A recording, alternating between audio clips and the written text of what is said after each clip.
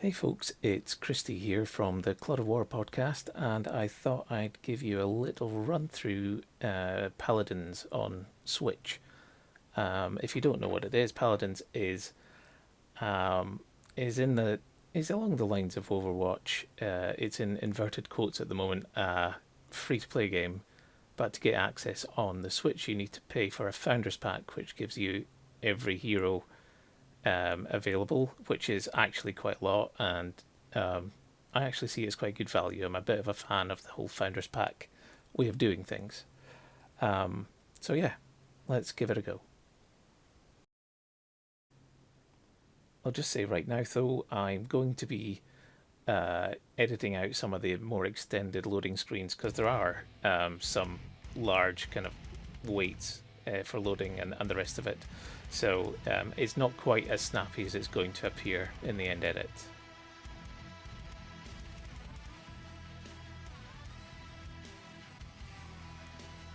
So one of the things that it does, like any good free-to-play game will do, is encourage you to log in every day and collect your daily reward bonus. So that's what I'm doing here, is just getting my gold. A couple of times a week you'll get crystals, which is their more valuable currency. It gets you things like chests, which will give you the whole random loot thing of, nice epic skins and all that kind of stuff. It's unfortunate, but there it is. It's not necessary to play the game. It's just purely cosmetic, and there doesn't seem to be any play to win stuff going on here. So that is a positive. Just a few seconds ago that I went through and chose a mode and hit play, and now we're queuing to try and get into the match. Now that takes around about it can take between 30 seconds to a minute. If you're unlucky, it'll go further than that, but it's generally not too bad. The mode we're playing, Onslaught, there we are. It's readied up, and I've hit A, and now we're waiting for all the other players to accept as well. The mode we're playing, Onslaught, is the most like the Overwatch modes, I think, in the whole game. Select your champion. Okay, so I'm selecting my champion. You've got a choice of damage support, frontline, and flank. The one I tend to go for most is frontline, and I go for Barrack because he's Scottish, obviously, and he's a dwarf. This is his set of abilities. He tends to have quite defensive abilities, trying to shield people and keep people away from an area. He's pretty damn good, actually. I really enjoy playing him.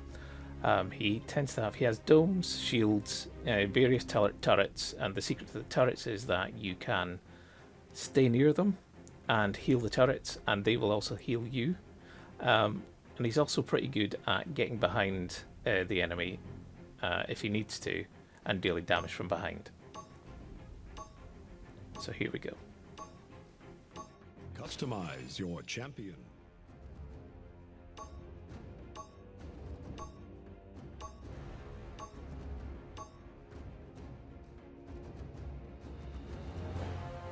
So now we're loading in, and this is where we finally get to see what the opposition are doing, and basically who's got what and how this is going to turn out. You generally need a good balance.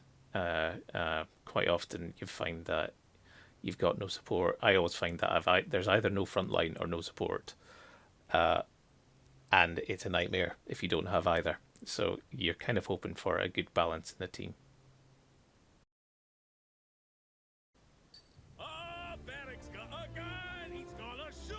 Okay, so we're loaded in, and you choose your playstyle, your loadout. One of the interesting wrinkles here that doesn't exist in Overwatch is this card system, which don't have time to go in just now, but it's really quite involved, and you can really tweak how you play. What I just did there was chose my first in-game ability. As you play, as you get kills and defend, you get more credits. And when you die at the respawn area, you can then spend those credits on kind of new ways to tweak your player. just for that game.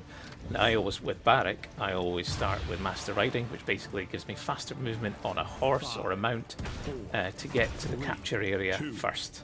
1.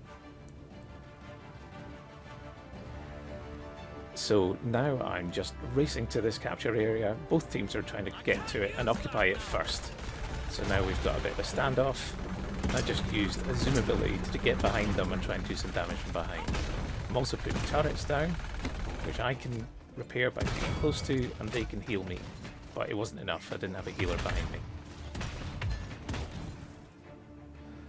And back at the spawn point, I earned some credits, so I'm choosing a couple of extra tweaks.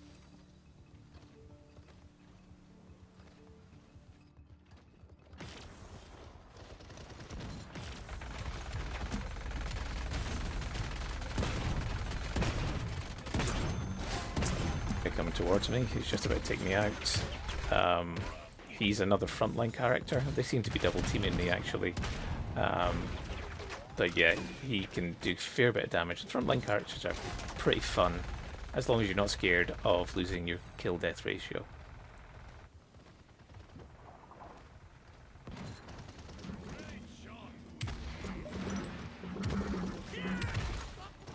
Luckily, I've got a good team here, so they're quite prepared to get into the control point, take some damage while I'm not there, so that we can then gain control, which we just did.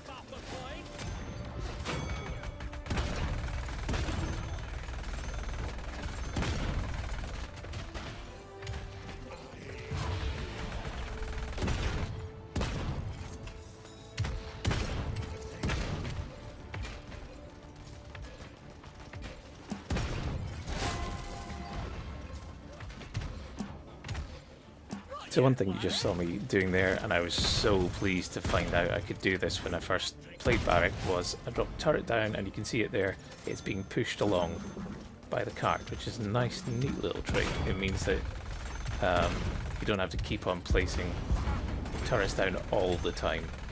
Just place it down from the cart, and it'll keep going.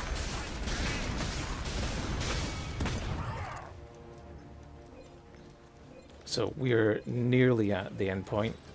You basically get a point for capturing the capture point at the start, and another point for getting the vehicle to the end, or you get a point for successfully defending and stopping the vehicle going. So you get a bit of back and forth.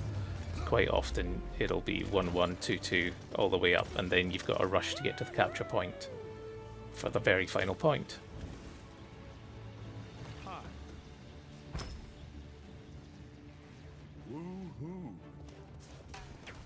And that was us.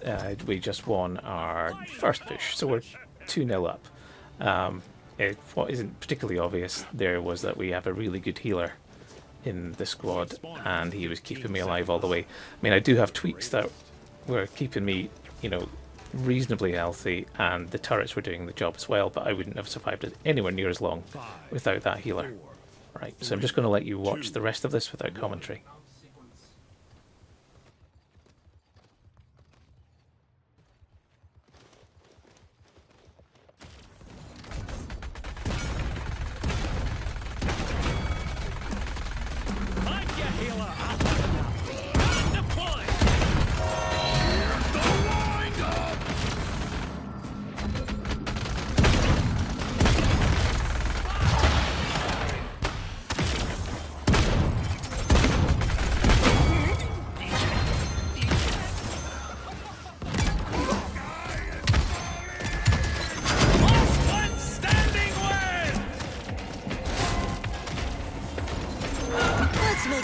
Interesting. Escort the payload.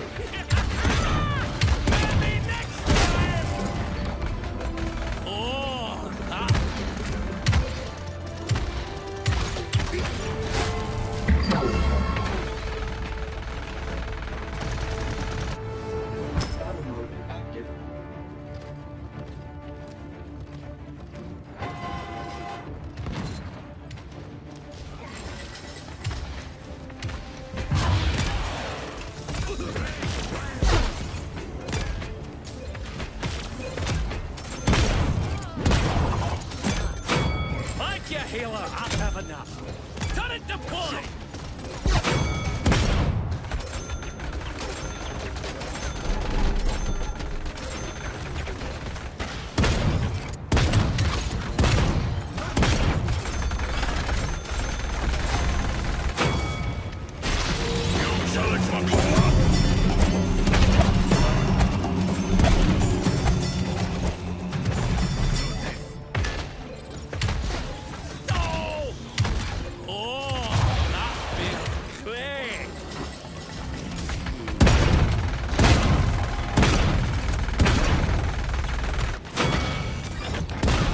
Try and run.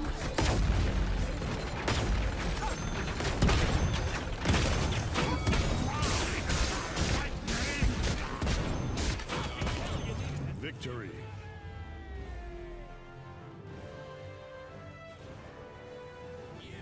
And there we go. That's it. We won that round, and I just think Barrack rocks. But also, I think this game's really impressive. It's my surprise of the year, alongside, and I might do a video about this as well, TT Isle of Man. Yeah, this is surprisingly good game, and it runs remarkably well on Switch. Just for the record, I was using a Pro Controller there, but it works, for me anyway, it works equally as well in handheld mode.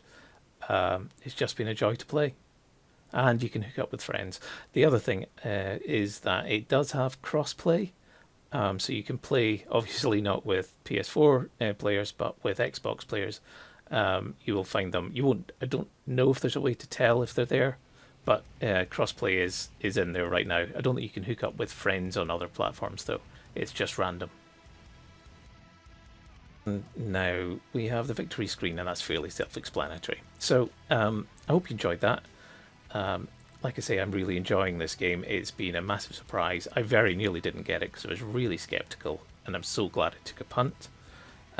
If you enjoyed this video, or you're curious about what we do at Clod of War, we have a podcast every couple of weeks, and you can just look for us on Twitter at Clod of War, or you can get us on anchor.fm/Clod of War. Thanks for sticking with it.